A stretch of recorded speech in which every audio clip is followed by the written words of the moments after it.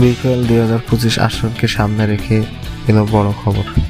বাদ পড়েছে পুরনো ডাক পদ্ধতি আর ফিরেছে পুরনো রোমাঞ্চকর প্লেয়ার অকশন বা নিলাম। দলগুলো এবার নিজেরা নিলাম থেকে খেলোয়াড় কিনবে, আর সেই সঙ্গে নির্ধারণ হচ্ছে সর্বোচ্চ খরচের সীমা। চলুন জেনে নেই বিস্তারিত।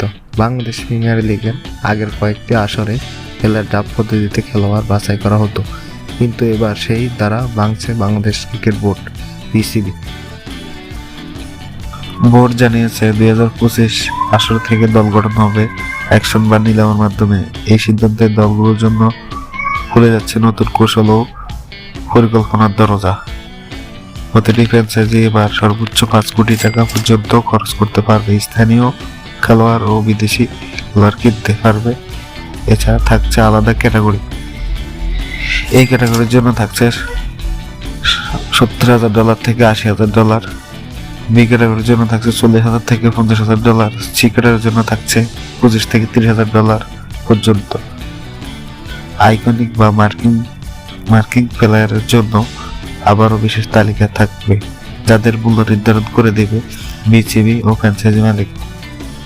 অ্যাকশন পদ্ধতিতে বিদেশি তারকাদের আগ্রহ অনেক বেড়েছে।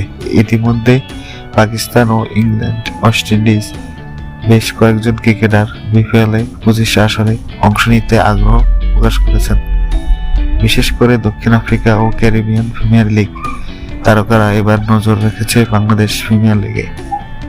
সবকিছু ঠিক থাকলে ডিসেম্বরের প্রথম সপ্তাহে অনুষ্ঠিত হবে বিপিএল এর ড্রাফট 2025 খেলার অ্যাকশন পদ্ধতিতে। কোচ, টিম ডিরেক্টর ও মালিক পক্ষ উপস্থিত থাকবে সেই নিলামে ঘরে, যেখানে প্রতিটি বিটে সঙ্গে সঙ্গে বাড়তি উত্তেজনা। বিপিএল ড্রাফটের জায়গায় অ্যাকশন আশায় পুরো আসর পাবে বাড়তি মাত্রা।